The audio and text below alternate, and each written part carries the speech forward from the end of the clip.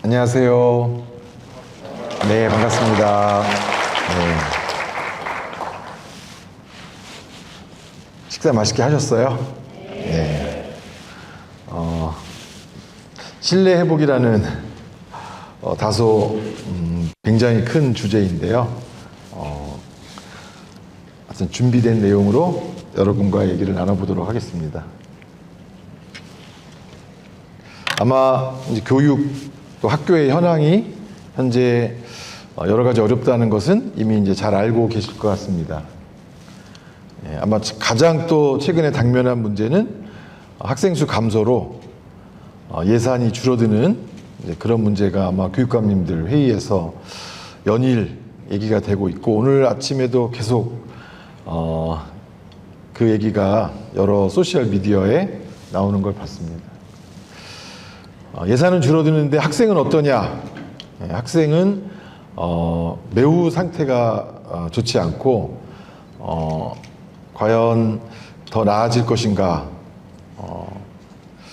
그런 예측에서 사실 별로 나아지지 않을 것 같다, 그런 전망도 많이 있습니다. 여러 사회 환경, 교육 환경의 변화가 학생들이 좀 스트레스를 줄이고 행복하게 살 수 있도록 과연 할 것인지 큰 우려가 있고요. 또 뭐 대통령께서도 나서셔서 자살은 사회적 재난이고, 또 최근 국무회의에서 청소년 자살이 줄어들지 않는 문제에 관해서 세부적인 이제 대책을 마련하라, 그래서 현재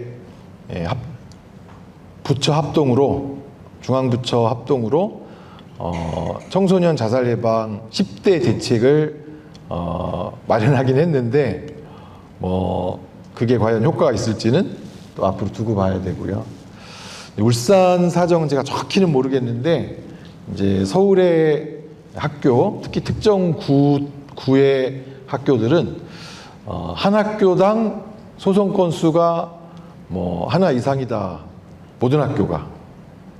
교장선생님 대상 소송부터 교사 대상 소송까지 현재 학교에서 일어나는 여러 일의 어떤 사회적인 변화 중에 가장 큰 변화를 꼽아라 라고 한다면, 이 학교가 소송의 현장이 되어버렸다라는 학교 갈등의 사법화 현상이라고 할 수도 있어요. 이렇게 이게 수도권에 그쳐야 되는데, 이게 전국화 될까봐 굉장히 큰 두려움을 갖고 있어요. 왜냐하면 이게 소위 말하는 신뢰가 붕괴됐다라는 가장 큰 증거이거든요. 이렇게 선생님이 뭐라고 하든 난 고소한다, 선생님과 해결하지 않는다, 법원 통해서 해결하겠다, 이런 것은 정말 큰 신뢰의 붕괴라고 생각합니다.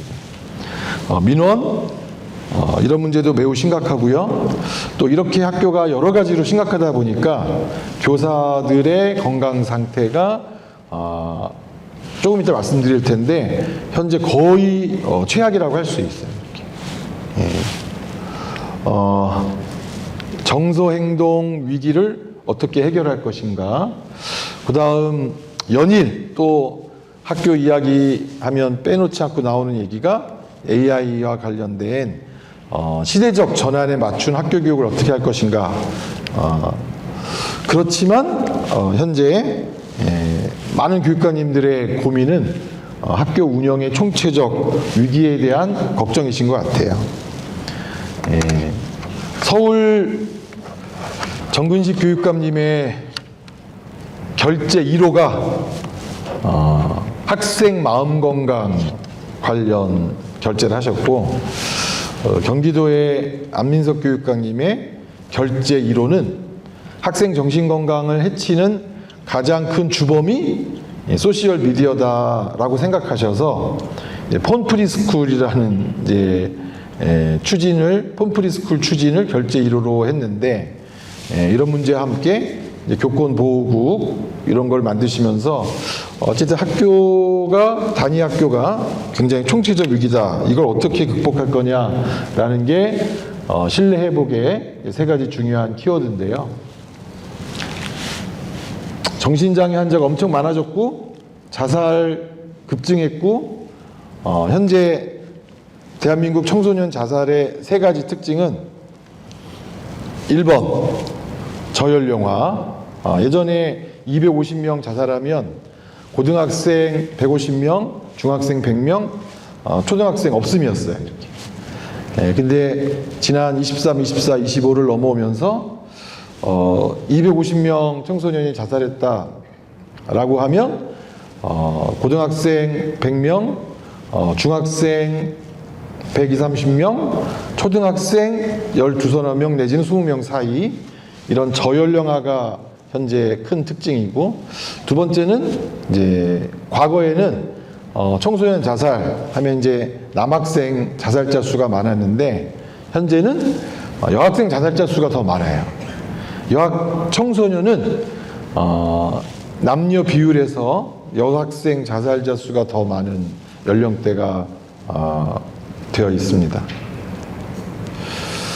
세 번째는 여러 가지 이제 자해 자살 이런 아이들 사이에 문화가 굉장히 이제 소셜 미디어 통해서 확산이 되면서 이제 자해를 생각해 본 적이 있다 이런 아이가 생각해 본 적은 있다라는 아이가 거의 절반에 이르는 자해 문화가 청소년 세계에 일상화된 그런 시대를 우리가 현재 살고 있다고 생각합니다. 뭐 최근에 극우나 혐오 문화가 일상화됐다 뭐 그런 얘기도 있는데, 이런 자해 문화도 굉장히 일상화된 문화가 됐다.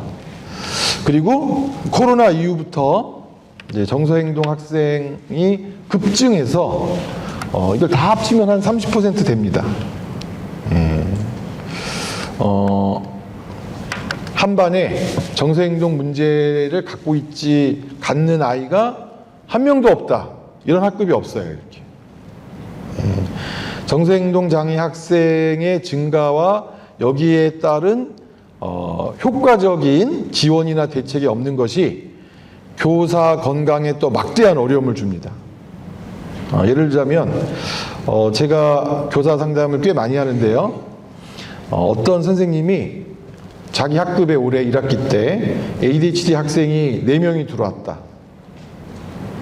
그리고 굉장히 어려워하면서 ADHD 학생을 학급에서 잘 돌보는 연수도 받으시고 책도 읽으시고 여러 가지 이제 도전과 시도를 했지만 너무 어려우셔서 결과가 뭐냐, 휴직을 하기를 원하시고 휴직하기 위한 진단서를 요청해서 2학기 때 그 반은 담임이 교체될 예정이에요. 이렇게. 교체된 담임 선생님이 학생들과 또 잘 지낼 가능성은 높지 않아요. 이렇게. 그러면 한 학년을 굉장히 이제 또 한 학기 후반부를 남은 학생들이 담임을 잃고 또 불안정한 상태에서 지내면서 여러 가지 어려움이 있을 것 같아요. 이런 상황은 아이들만 힘든 게 아니라 교사도 매우 힘들게 하는 그런 상황이다라고 또 말씀을 드려야 될 것 같습니다. 요즘은 부모 자녀 관계에서 애착의 어려움을 갖고 있는 아이들도 되게 많고요. 또 하나 선생님들이 훨씬 더 힘들어진 이유는 소셜 미디어의 영향으로 아이들의 인지적 특징에 상당한 변화가 있어요. 뭐 말하자면 집중력이 너무 짧아진 애들이 굉장히 늘었어요. 이렇게. 정신과 의사들과 임상 심리사들이 ADHD 기준을 바꿔야 되나 할 정도로 전반적인 아이들의 평균적인 집중력이 짧아졌다. 애들만 그러냐, 다 그러냐. 여러분들은 괜찮으신가요? 무한 스크롤 알고리즘 이 강의를 온전히 집중하실 수 있나요? 스마트폰 보면서 들으시나요? 사실 약간 전반적이라고 생각해요. 이렇게 전반적. 멀티태스킹 많이 하죠. 제 강의 들으시면서 스마트폰 보시면서 카톡 확인하시면서 저녁 약속이나 쇼핑도 보시면서 가끔 이제 이렇게 멀티태스킹을 이제 많이 하면서 지내는 생활에 우리가 익숙해지면 굉장히 우려하고 있어요. 이렇게 주의력만 짧아지는 게 아니라 멀티태스킹에 많이 노출될수록 치매에 걸릴 확률이 높다고 다 현재 예측해요. 이렇게 한 번에 한 가지 일을 할 때 뇌는 제일 작동을 잘하고 뇌가 여러 가지 작업의 로딩을 갖고 동시에 뇌가 작동되면 뇌의 회로들이 더 많이 파괴된다고 생각하고 멀티태스킹은 치매를 만드는 뇌 활동이다라고 생각해요. 이렇게. 그러니까 강의만 들으시면 됩니다. 그리고 선생님과 관련된 수많은 민원은 아이들이 제기하기도 해요. 요즘은 아이들이 제기하고 부모가 대행하는 민원도 되게 많은데 아이들이 민원을 제기하는 큰 이유는 나를 중심으로 하지 않았다는 거죠. 이렇게. 학급이 어떻게 운영돼야 되나요?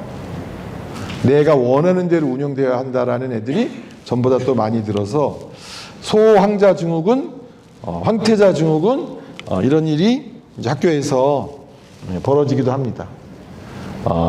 학교 규칙을 믿지 못하겠다는 아이들이 많고 요즘 아이들의 사회성 문제 한마디로 정리해라. 그러면 애들이 혼자는 외롭고 함께는 싫다는 거겠지. 그럼 어쩌자는 거냐? 나도 모르겠다. 특히 우리나라 학생들의 사회성 부족은 매우 심각해요. 지금 우리가 저출생을 겪으면서 예를 들어서 프랑스, 미국 아이들과 우리나라 아이들의 사회성을 빅데이터로 비교해도 우리나라 아이들의 사회성 현재 매우 떨어져 있어요. 이렇게. 매우 떨어져 있는 이유는 가족의 규모가 줄어들고 공동체가 해체되고 네가 만나는 사회적 소속 집단의 범위와 개수를 비교하면 저희가 엄마 아빠만 보고 사는 애들이 진짜 많아요. 이렇게. 할아버지 할머니도 안 보고 고모 이모 삼촌 외삼촌도 안 보고 사촌도 아예 안 보고 만난 어른의 대부분은 자기에게 물건을 파는 사람이나 학원 선생님이나 이런 사람들이 대부분이고 그런 가운데에서 사회적 상호작용이 부족한 자기중심적인 아이는 너무 늘고 학교에서 함께 무언가를 하도록 하긴 너무 어렵고 그 많은 인간관계에 비어있는 공간을 이제 스마트폰, 유튜브, 인스타, 카톡이 대체해서 몸쓰지 않는 아이들이 늘었다. 이러다 보니까 초등학교 1학년 담임선생님 진짜 어려운 것 같아요. 이렇게. 올해 초등학교 1학년 담임했다가 깜짝 놀라서 절대 초등학교 1학년 안 하겠다 그런 선생님의 사연을 제가 들었는데 초등학교 1학년 3월에 아이가 선생님에게 목마르다고 하더래요. 이렇게. 나 목마르다. 그래서 어쩌라는 거냐 그랬더니 물을 왜 안 떠오냐. 그래서 학교에서 네가 떠다 먹는 거다. 그게 이제 시작이에요. 시작. 그래서 집에 가서 선생님이 물도 안 줬다. 어떻게 애한테 물도 안 주냐. 그렇게 시작을 하면서 초등학교 1학년을 돌본다는 것이 옛날하고 정말 다르다. 아이가 손을 들어서 나오라고 했더니 또 아이가 너무 예쁘게 앉은 자리에서 와라 선생님이. 그래서 이걸 가줘야 되나? 네가 나오는 거야 이렇게 했는데 계속 앉아서 아이가 자기한테 오라고 그래서 이런 이제 공동생활의 부족과 사회적 경험의 어려움 이런 것 때문에 과거의 초일과 지금의 초일은 매우 다르고, 우리나라는 코로나와 포스트 코로나 때 그런 측정을 안 해서 그런데요. 지금 미국이 지속적으로 지능을 측정해서 추적하는 그 코호트 연구에 따르면 대체적으로 코로나를 겪은 세대들이 그걸 코로나 시기 이미 어른이 되었던 성인에 비해서 IQ가 한 20이 떨어진다고 그래요. 이렇게. 학년으로는 한 2학년 정도가 더 어리다. 그러니까 거기에 따른 여러 가지 어려움이 있어서 여러분들이 듣기에 불편하실 수도 있지만 현재 정신과 의사들은 굉장히 먹고 살만해졌다. 신규 환자를 받지 않아도 될 만큼 환자는 이미 다 채워졌다.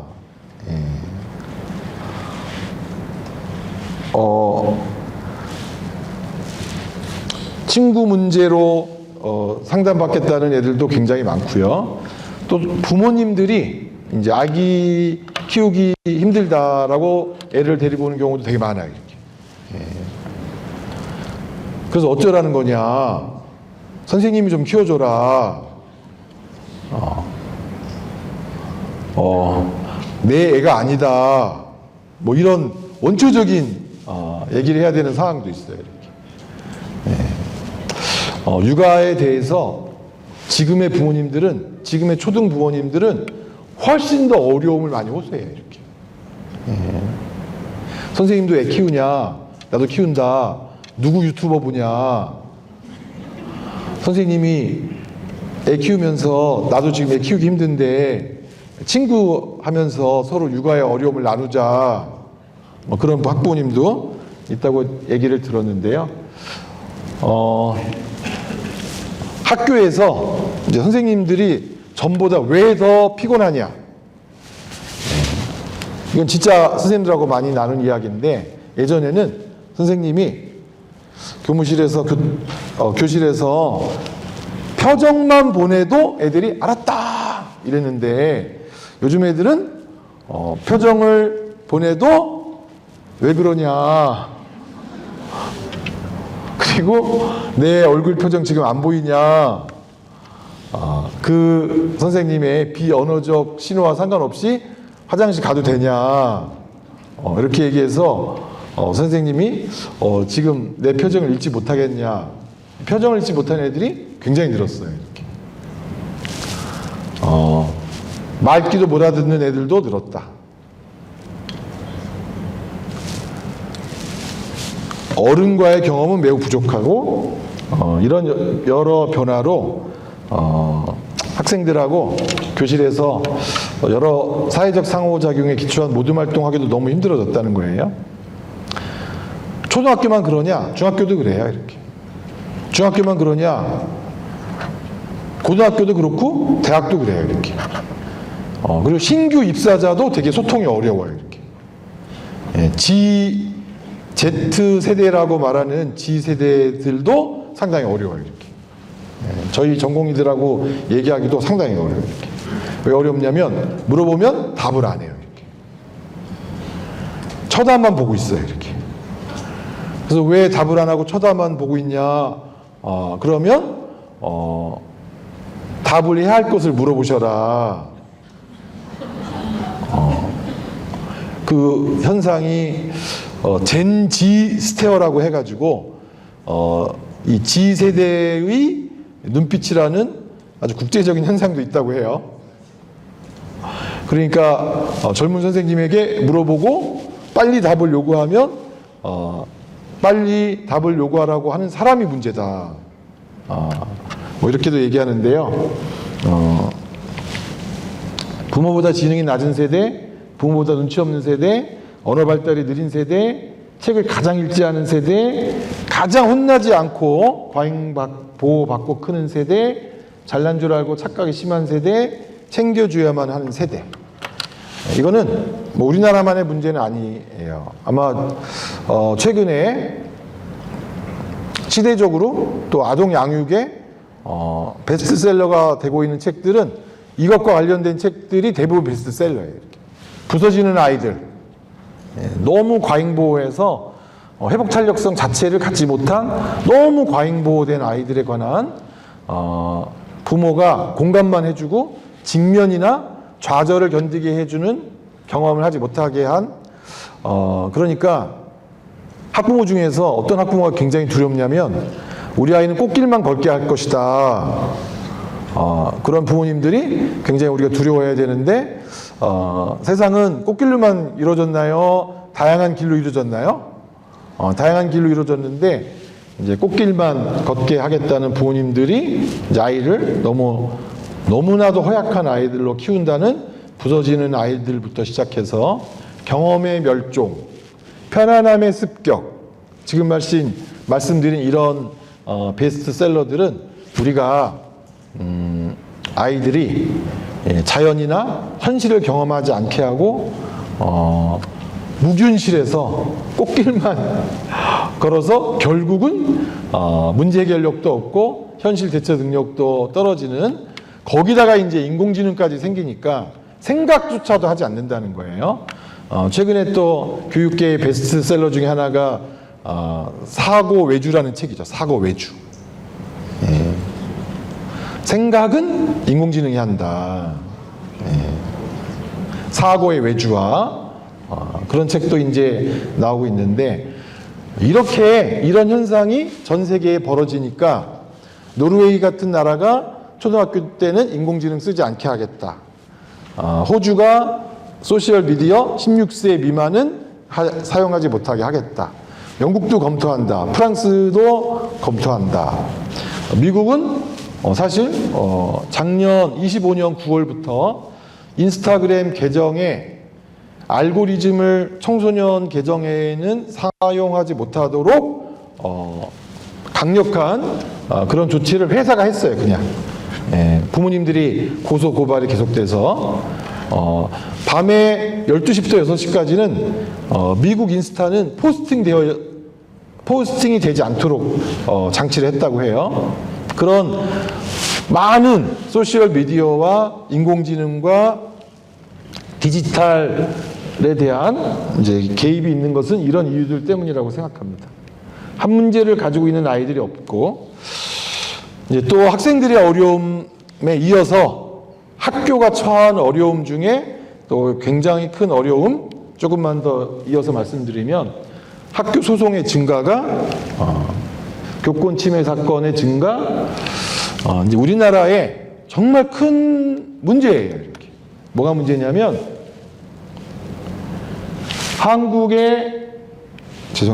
한국의 고소 건수는 50만 건이어서 일본의 50배라고 합니다. 일본과 비교하면 40배 넘는 수준의 고소 고발이 발생합니다.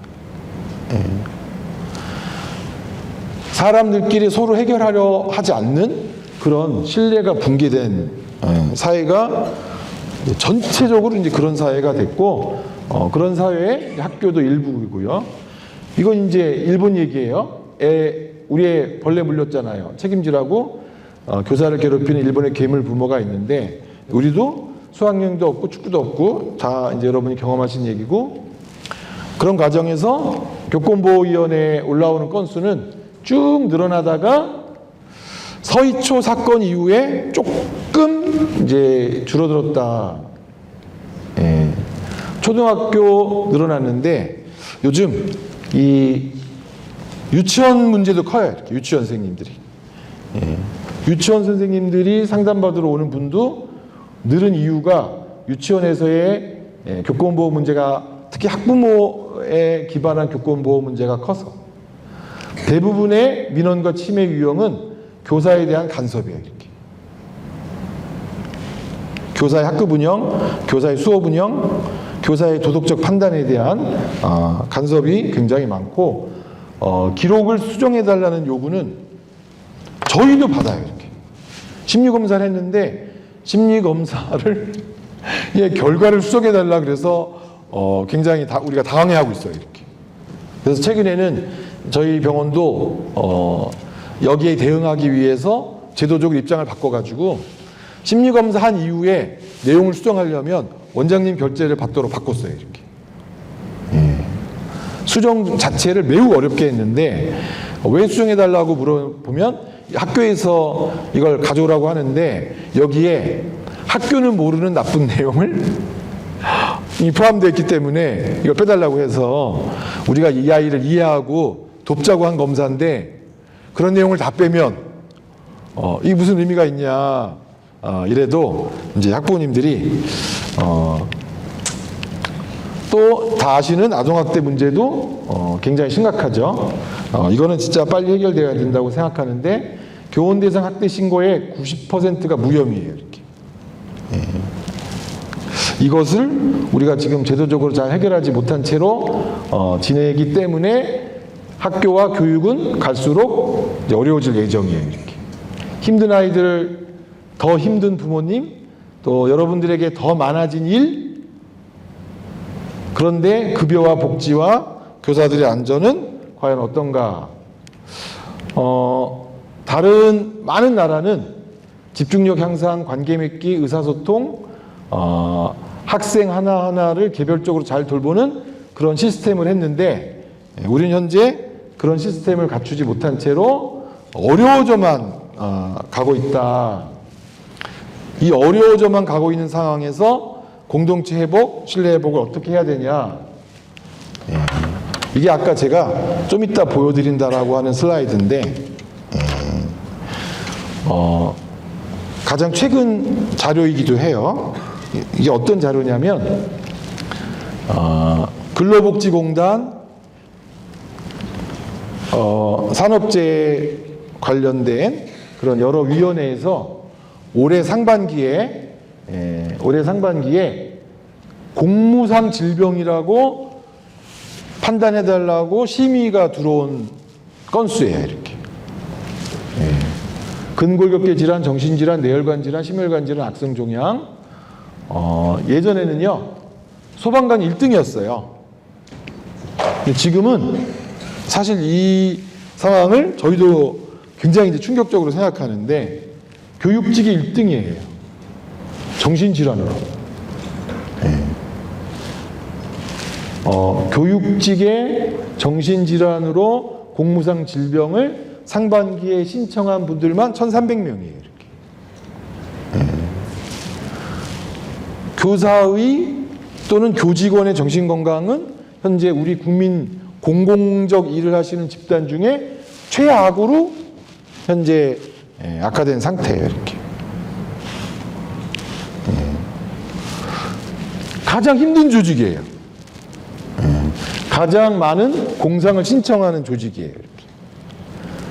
그리고 통계를 법학하시는 분이 통계를 내봤는데 해당 직장에서 가장 많은 사법적 경험을 현재 하고 있는 집단이에요. 이렇게. 무슨 말이냐면 우리 병원 직원이 1,200명인데요. 현재 우리 병원 1,200명 직원 중에 환자와 소송을 하거나 또는 특정 시민단체와 소송을 하거나 하는 직원은 보통 평균적으로 3명 미만이에요. 이렇게. 1,200명 중에. 근데 서울의 특정 구청의 교직원들은 예를 들어서 다 합쳐서 교직원이 80명, 100명 사이인데 현재 소송 관련된 분들은 2-3명, 3-4명이래요. 그러니까 이제 소송이 예전에는 교사의 세계에 전혀 없었던 일인데 현재 소송은 교사의 생활에 매우 깊숙한 일이 돼버렸어요. 그리고 직역 간, 직종 간, 상하 간, 세대 간 갈등이 제일 심한 집단이에요. 이렇게. 제가 상담하는 교감생님이 신규 교사 때문에 미치겠다 이렇게 얘기하시고 제가 상담하는 신규 교사는 관리자 때문에 미치겠다. 그런 또 교육 공무직과 또 행정직과 교사들 사이의 갈등도 굉장히 쉽지 않다. 굉장히 이제 우리가 모순이 집약된 현장이 학교가 되는 안타까운 그런 현실을 겪고 있습니다. 그래서 이거는 이제 제 생각이에요. 이런 상황에서 여기가 만약에 핀란드나 덴마크 같은 정부를 갖고 있는 나라다. 그러면 교육청의 업무 순위를 어떻게 조정할까? 라는 것에 관해서 생각해 봤을 때, 그리고 인공지능 클로드에 물어봤거든요. 월 20만 원을 일을 해주는 인공지능 클로드에 물어봤는데 제 생각과 어젯밤에 사실 너무 흥분돼가지고 잠을 좀 설쳤는데, 왜냐하면 인공지능의 답과 제가 먼저 생각했던 것이 너무 일치했어요. 이렇게. 제일 신뢰 회복을 위한 교육청의 가장 큰 업무는 뭐냐? 교직원 돌봄이에요. 교직원 돌봄. 교직원 돌봄. 지치지 않고 일할 수 있고, 학생을 돌보는, 또 교사를 돌보는 교육청의 직원, 학교의 교사와 교직원을 돌보는 게 제일 중요하다는 게 첫 번째 신뢰 회복의 중요한 과제였고, 두 번째가 학교에서 일하는 게 안전하다. 학교에서 내가 학생을 가르치면서 생기는 민원이나 고발은 안전하게 학교에서 교육청에서 해결해 준다라는 안전한 조직이다라는 거.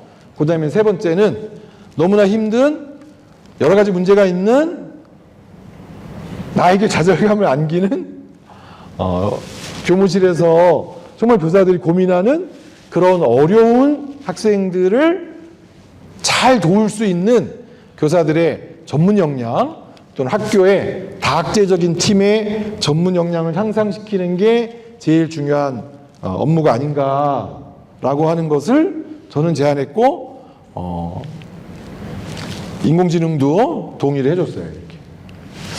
제가 좀 이제 약간 아쉽고 속상한 생각이 드는 게 있는데요.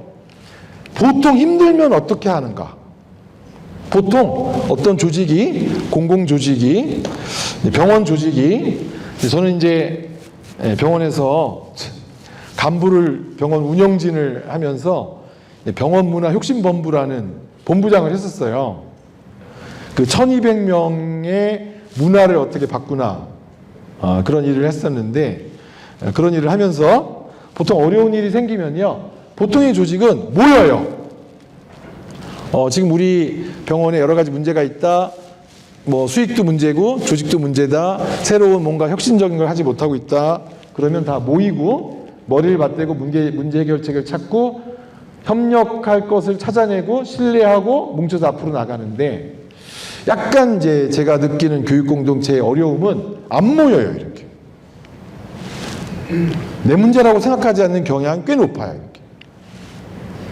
교사들 문제야. 행정직 문제야.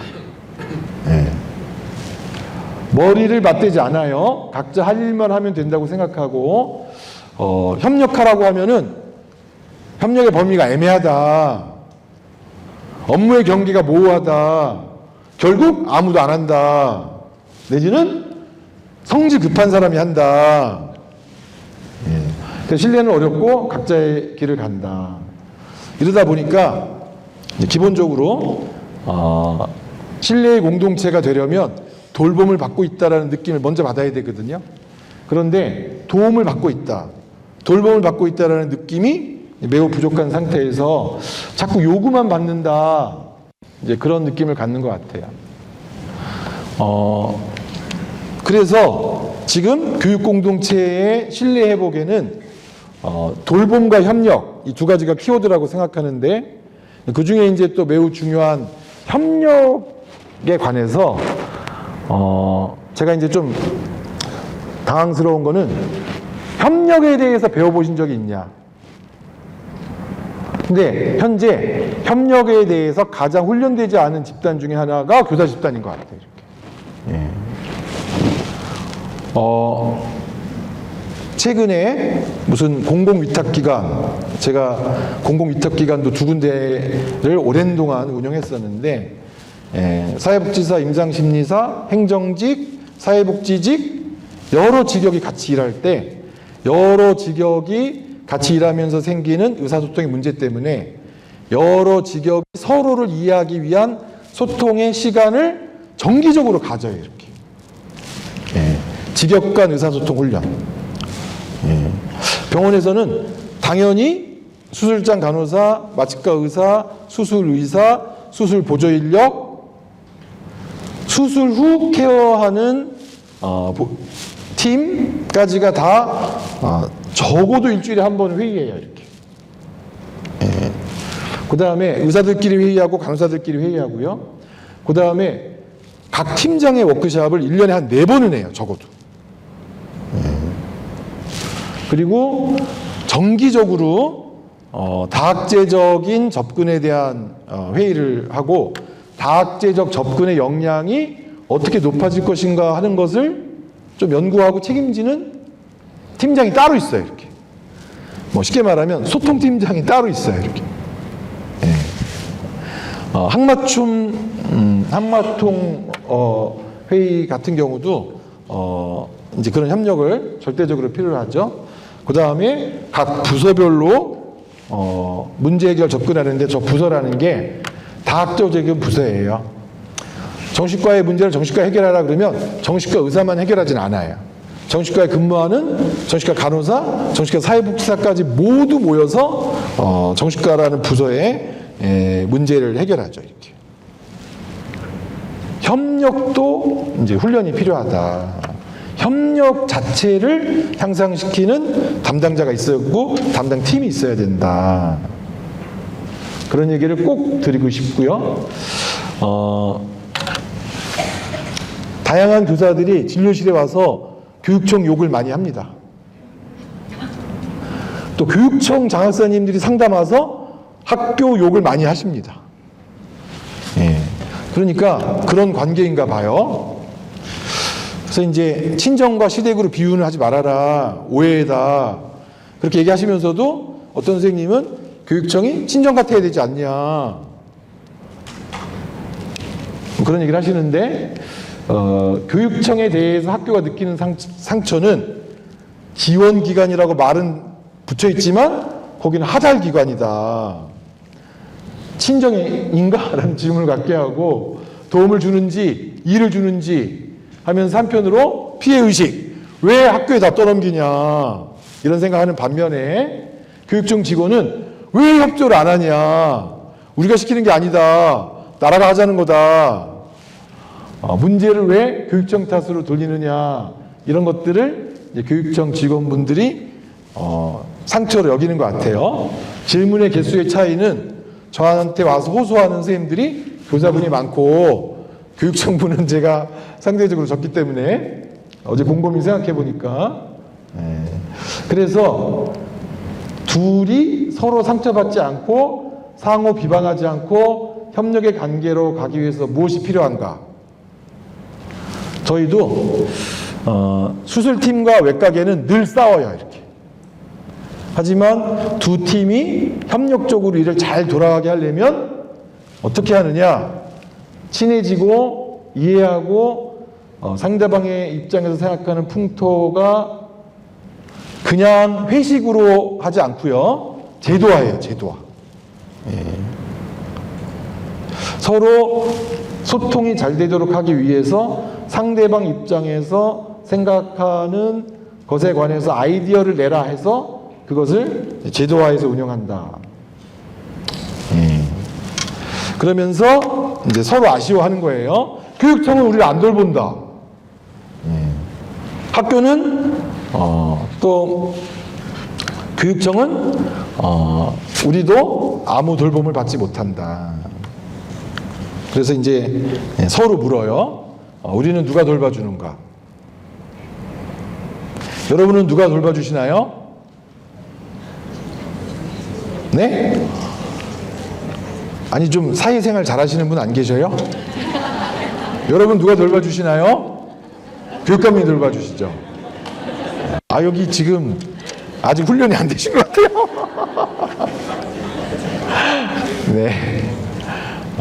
근데 그게 되게 중요한 거예요. 뭐가 중요하냐면 자신이 물론 돌보죠. 하지만 자신을 돌보는 다른 사람이 있다는 것을 명시적으로 느끼고 또 그렇게 돌봄을 받고 있다라는 느낌을 받는 게 매우 중요한 거예요. 내가 나 혼자만 나를 돌보고 있다. 이런 게 이제 소위 말하는 자수성가 직원이다. 자수성가. 각자도생하면서 살고 있다는 건데, 그러면 이제 여기 선생님들이 질문하시더라고요. 그럼 선생님은 돌봐주는 사람 있냐? 병원장이 돌보냐? 병원이 널 돌보냐? 그러면 저희는 좀 병원이 우리를 돌본다고 생각해요. 상대적으로. 병원 직원들은 민원이 생기면 직원이 민원을 대응하는 일은 한 건도 없어요. 이렇게 1차적 민원은 전부 민원팀이 응대를 해요. 이렇게.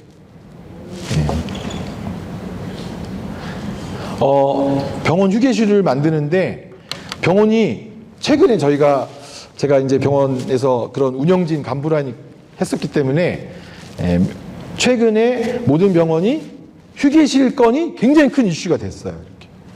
왜 이슈가 됐냐면 병원도 이직률이 높아요. 간호사분들의 이직률이 아주 높아요. 이 이직률을 낮추는 그게 아주 중요한 업무예요. 그래서 설문조사도 하고 모두 했는데 빅5 내지는 몇몇 병원이 젊은 직원들은 복지가 정말 중요하고 복지를 상징하는 게 휴게실이다. 직원 휴게실. 그래서 직원 휴게실을 어떻게 만들어야 되냐라고 했더니 스타벅스보다 좋아야 된다. 그래야 와 나를 위해서 했다. 그래서 저희도 경쟁 상대를 스타벅스로 여기고 병원 앞 스타벅스보다 좋은 인테리어, 바디 프렌드 신규로 다 이제 설치하면서 우리가 이렇게 직원을 위해서 하고 있다. 이 얘기 이제 길게 하면 안 되는데 신규 교사도 그래요. 신규 교사들이 최근에 상담하러 와서 호소하는 문제는 학교 업무의 어려움보다 더 큰 게 있어요. 이렇게. 그게 뭐냐면 자기가 이 세상에 첫 발을 내딛는 교사로서 학교 조직으로부터 전혀 환대를 받지 못했다고 젊은 교사들이 와서 말하고 거기서 상당한 상대적 박탈감을 느낀대요. 이렇게. 그게 무슨 소리냐? 자기보다 공부 못한 애가 어찌저찌 해서 대기업을 들어갔는데 대기업은 사람 소중히 보더라. 학교는 소중히 안 본다. 그게 무슨 소리냐? 자기 친구가 대기업 LG에 들어갔는데 입사하자마자 여행 가방 하나에 노트북부터 시작해서 반창고까지 주더라. 그리고 힘들 때 쉴 리조트까지 다 기록된 걸 주는데 자기는 받은 거라고는 문제 학생 이름과 학교 근처 식당 지도, 학교 근처 이런 식당이 있다. 그 다음에 기념품 만들 때 여기 이용해라라는 매뉴얼과 그 다음에 얘가 좀 너를 힘들게 할 것이다 라는 것만 받았다. 너무 차이가 크다. 그런 얘기를 하는데 그 다음에도 또 열받아서 와가지고 자기 친구는 자기 부모님을 회사에서 초대하고 회사에서 부모님 명함도 만들어주고 첫 달 됐더니 꽃다발도 보내주는데 학교는 이제 한 달 근무해도 아무것도 안 해주더라. 업무 부서에 어느 부서에 속할 건지 업무만 주더라. 그런 얘기를 하더라고요. 교육청 직원은 누가 돌보는가? 교육감이 돌본다. 교육감님께서 여러분을 잘 돌보지 않으면 여러분 어떻게 될까요? 학교를 잡아먹는다. 이제 미국에 그냥 재밌는 교장 매뉴얼의 제목이에요. If you don't feed the teachers, they eat the student. 예, 교장 선생님이 교사를 먹이지 않으면 교사들은 학생을 잡아먹는다. 이런 실제 매뉴얼이 있어요. 조금 오래된 매뉴얼인데, 예, 그러니까 교육감님이 교육청 직원을 잘 돌보는 거는 학교를 돌보는 일과 같다. 그렇게 하는 매뉴얼이에요. 최근에 돌봄 민주주의라고 하는 게 새로운 개념으로 부각되는 이념인데, 이 돌봄 민주주의라는 책을 쓴 조한 트론토라는 분이 또 우리나라에 와가지고 한국 사회에서 돌봄 민주주의가 안 되고 있다. 특히 안 되는 데가 어디냐? 공적 노동을 하는 것. 그건 제가 약간 충격이에요. 교사의 노동은 사적인 노동이에요? 공적인 노동이에요?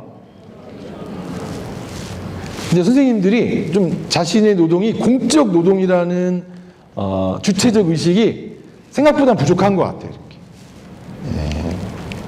매우 중대한 공적인 노동이죠. 그래서 정부나 여러 단체들이 교사가 어떻게 가르치고 뭘 하는지에 매우 민감하게 개입하는 것은 매우 중요한 이제 공적인 정책이기 때문이에요. 이렇게. 그런데 교사를 돌보는 문제를 너무 중요하지 않은 문제로 여긴다는 거죠. 자기 돌봄을 민주주의 문제로 다시 재정의해야 된다. 그런 게 제 주장이 아니라 트론토라는 돌봄 민주주의를 주장하는 분의 주장이고, 우리는 늘 누군가를 돌보면서 정작 돌봄을 받지 못하고 있다. 이 관점을 제시하면서 돌봄은 우리의 세계를 잘 살아갈 수 있도록 하는 그런 모든 것을 말하고, 현재 교사의 현실은 어떠냐?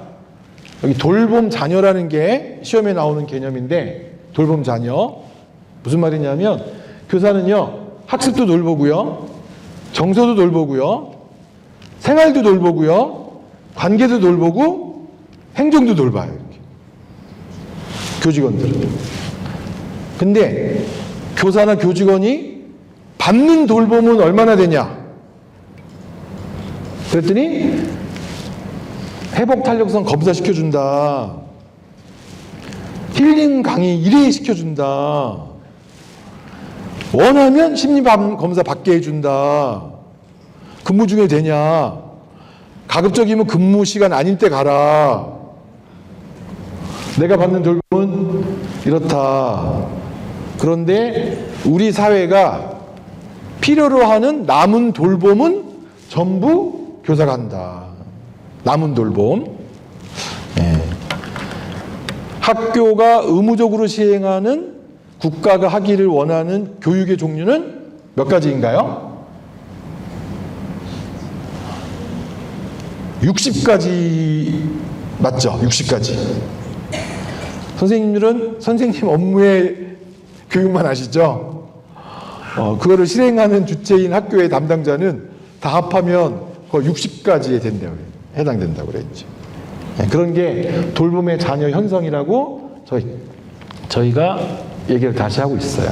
그래서 자기 돌봄, 개인 웰니스 담론에서 민주적 자기 돌봄으로 재정의하면서 교직원이 돌봄 받을 자격이 있는 시민으로 선언하고, 현재 돌봄 책임에 관한 재분배에 관한 논의를 하고, 또 동료와 함께 돌봄의 문화를 만드는 공동체적인 실천을 하자.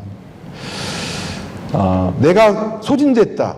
그건 내가 운동을 게을리해서 소진되는 게 아니라 내 직장이 소진되기 쉬운 구조가 있는 게 아닌가. 네. 여러분의 안부를 물어주는 사람이 있나요? 네. 여러분의 책임에 관해서 함께 이야기해 주시는 분이 있나요? 돌볼 수 있는 시간 자체를 여러분 확보하고 있나요? 도움을 청할 수 있는 통로가 있나요? 네.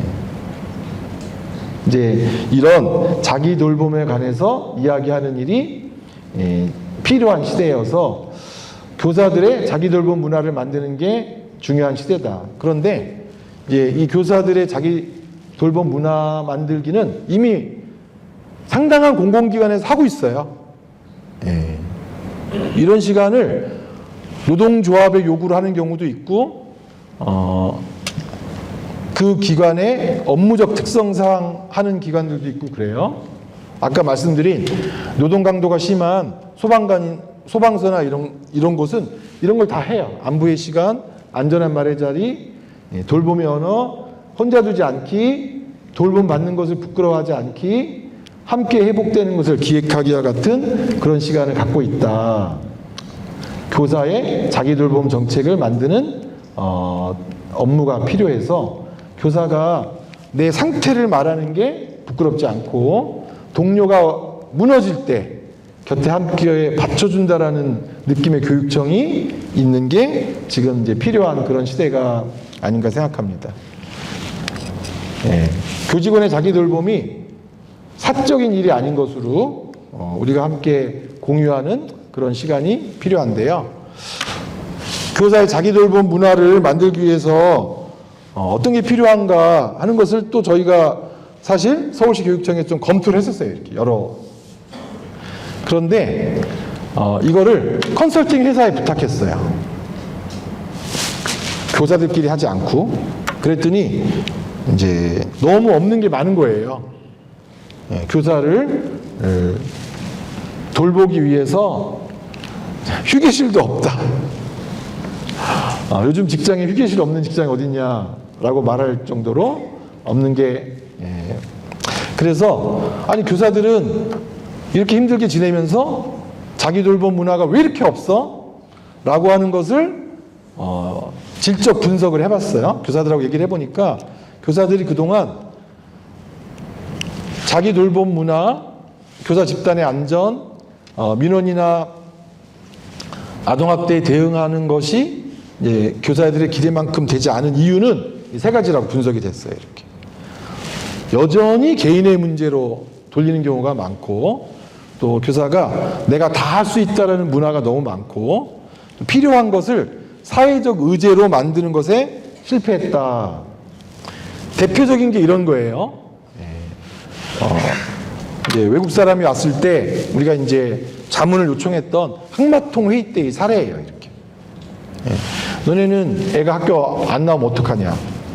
근데 우리나라 선생님이 나는 내가 업고 다닌다. 자랑스럽게 말씀하시면서 나는 내가 업고 다닌다.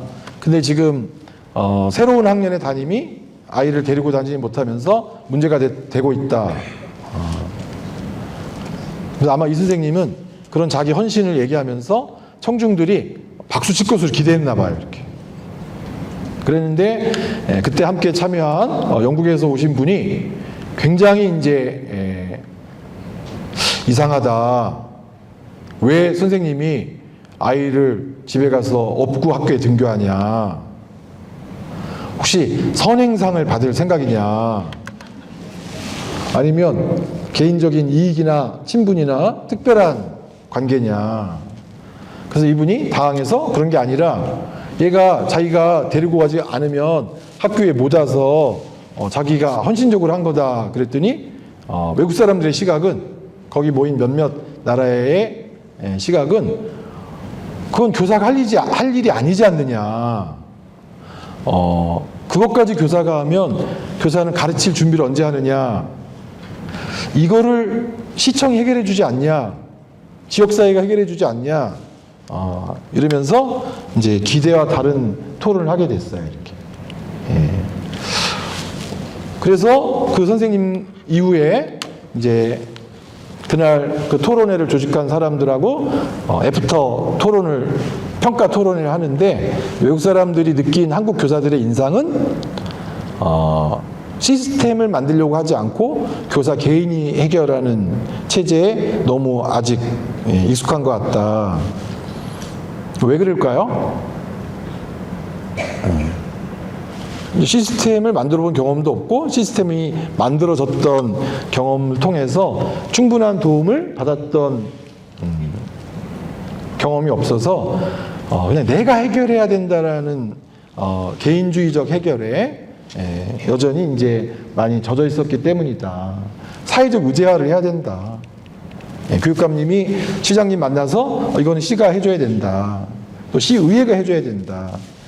우리가 다 할 수 없다. 이런 시민의 참여와 사회적 의제화가 필요합니다. 지금 학교 현장에서는 변호사 지원도 필요하고요. 보조교사 지원도 필요해요. 인천교육청에서 초 1, 2, 3회만 국한돼서라도 ADHD 학생이 있을 때 보조교사를 보내달라 하는 것으로 훨씬 더 선생님들이 아프지도 않고 수업도 원활하고 이 제도는 뭐 확장하지 마시고 그러면서 또 안 된다 된다 하지 마시고 1, 2, 3만이라도 계속 해달라. 보조교사의 지원도 절실하고요. 다양한 지원이 필요해. 그래야만 학교가 살 수 있을 것 같아요. 혼자 책임지지 않고 공적으로 요구하는 그런 시스템이 필요한 것 같습니다. 이제 마무리를 하려고 하는데요. 그래서 이 시스템이 되려면 신뢰가 필요해요. 이렇게. 그 신뢰를 회복하고 무엇을 해야 되느냐? 어떻게 우리가 신뢰, 관계의 온도를 높일 수 있을까? 그래서 신뢰를 높이려고 하는 것에 대한 조사를 해봤더니 또 이것도 참 좋게 말하면 이제 앞으로 올라갈 일만 남았어요. 긍정적으로 얘기하면 현재 만족도도 낮고요. 떠나겠다는 고민도 많이 하시고요. 궁극적으로 존중받지 못한다. 이런 느낌이 많이 있기 때문에 조금만 존중해도 야, 상당한 존중을 받는다. 이렇게 전환적으로 바뀔 가능성도 있어요. 신뢰가 무너져서 일어나는 현상이 뭐냐 그랬더니 각자 도생, 문서로 처리하자, 만나지 말자. 그래서 신뢰가 없는 이제 조직의 특성인데 절차만 복잡하고 실수는 숨기고 책 잡히지 않는 것이 일의 목표가 되는 그런 상태가 아닌 이제 방향으로 가야 되는데요. 현재는 책임의 개인화, 소통의 비대면화, 상호 이해의 부족으로 신뢰를 하기가 어려운 상태입니다. 방어적 행동으로 신뢰가 붕괴되고요. 문서로 대체되면서 변화를 만들 기회가 잘 생기지 않고 또 각자 한 일만 알고 서로가 어떻게 수고했는지를 우리가 잘 부각하지 못하고 있어요. 이렇게. 교사가 행정팀에 도움받은 것도 크고요. 또 행정팀도 교사로부터 고마운 게 많은데 그게 무엇인지가 현재 또 잘 보이지 않아서 각자의 희생만 느끼고 있고 서로의 수고를 잘 발견하지 못하는 문화를 또 학교 조직이 갖고 있다고 생각을 합니다. 그래서 서로를 바라보고 알아주고 하는 게 되어야 이제 믿어주기가 가능하다. 이건 병원에서도 맨날 하는 일이에요. 병원에 환경미화원 없으면 병원 돌아가요, 안 돌아가요? 병원에 의사만으로 운영되지 않는다는 것을 의사들에게 귀에 못이 박히게 얘기해요. 이렇게. 우리는 우리 조직의 모든 사람의 협력으로 우리가 돌아가고 있다. 학교도 마찬가지죠. 그래서 그분의 수고가 우리 조직에 어떤 영향을 미치는지가 눈에 보이도록 자꾸 하는 게 필요한 것 같아요. 그리고 서로가 갖고 있는 능력, 호의, 진실을 다해서 관계를 맺도록 노력을 하고 또 그렇게 되기 위해서 서로를 인정하고 접촉하고 협력하고 이것이 이제 하나의 제도가 되어야 하는데 이 신뢰 회복의 4단계에서 여러분은 어떤 게 제일 중요하다고 생각하시나요? 1, 2, 3, 4 중에 한 가지를 번호를 골라주세요. 손가락으로 하나, 둘, 셋. 네, 1번이라고 생각하시는데 답은 2번이에요. 2번. 네, 접촉이 제일 중요하다. 하버드 법대 갈등중재연구센터에서 가장 최악의 조직이 공통적으로 갖고 있는 현상은 만나지 않는 것이에요. 이렇게. 만나지 않는 것. 접촉이 제일 중요해요. 접촉. 만나는 것. 얼굴을 보는 것. 그게 제일 중요해요. 얼굴을 본 사람들끼리 훨씬 더 문제를 잘 해결해요. 보지 않은 사람들하고는 문제를 잘 해결할 수가 없다. 얼굴을 보지 않으니까 혼자 해결하라고 해요. 혼자 해결하라고 하는 문화가 없어야 되고 떠넘기기로 해결하는 거예요.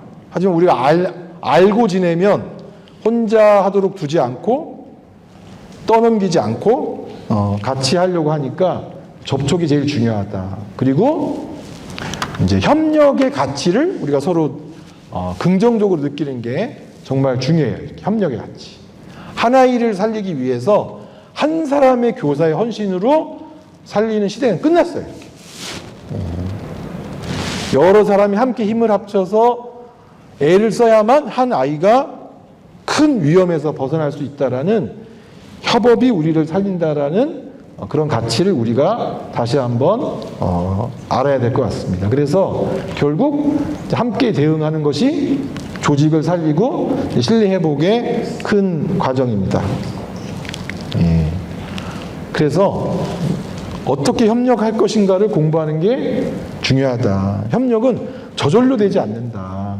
얼마나 협력하려고 하는지, 얼마나 먼저 하려고 하는지, 얼마나 같이 하려고 하는지가 신뢰가 회복되는지 안 회복되었는지를 평가할 수 있는 굉장히 중요한 기준이어서 조직의 질문이 바뀌어야 신뢰 회복에 성공한다는 거예요. 이렇게. 우리는 얼마나 협력하려고 하는가.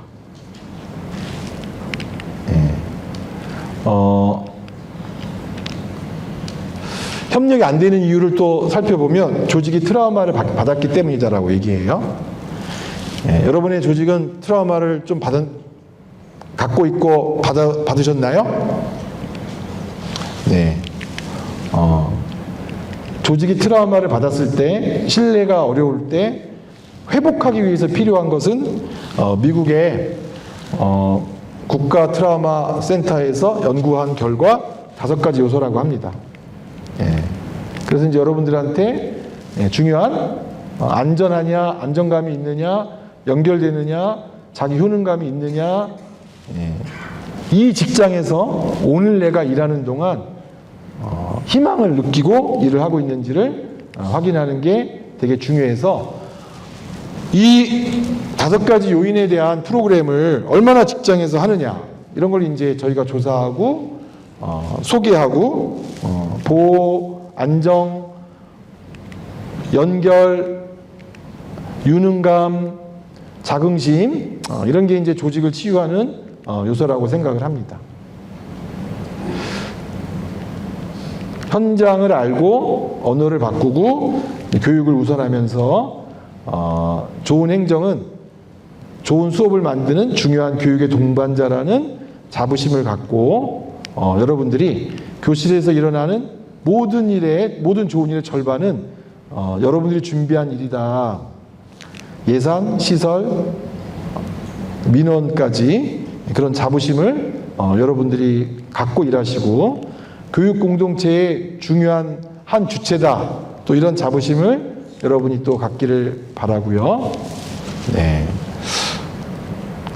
구체적인 얘기는 하나도 안 하냐. 그래서 또 이제 얘기하는 문화를 바꾸는 거죠.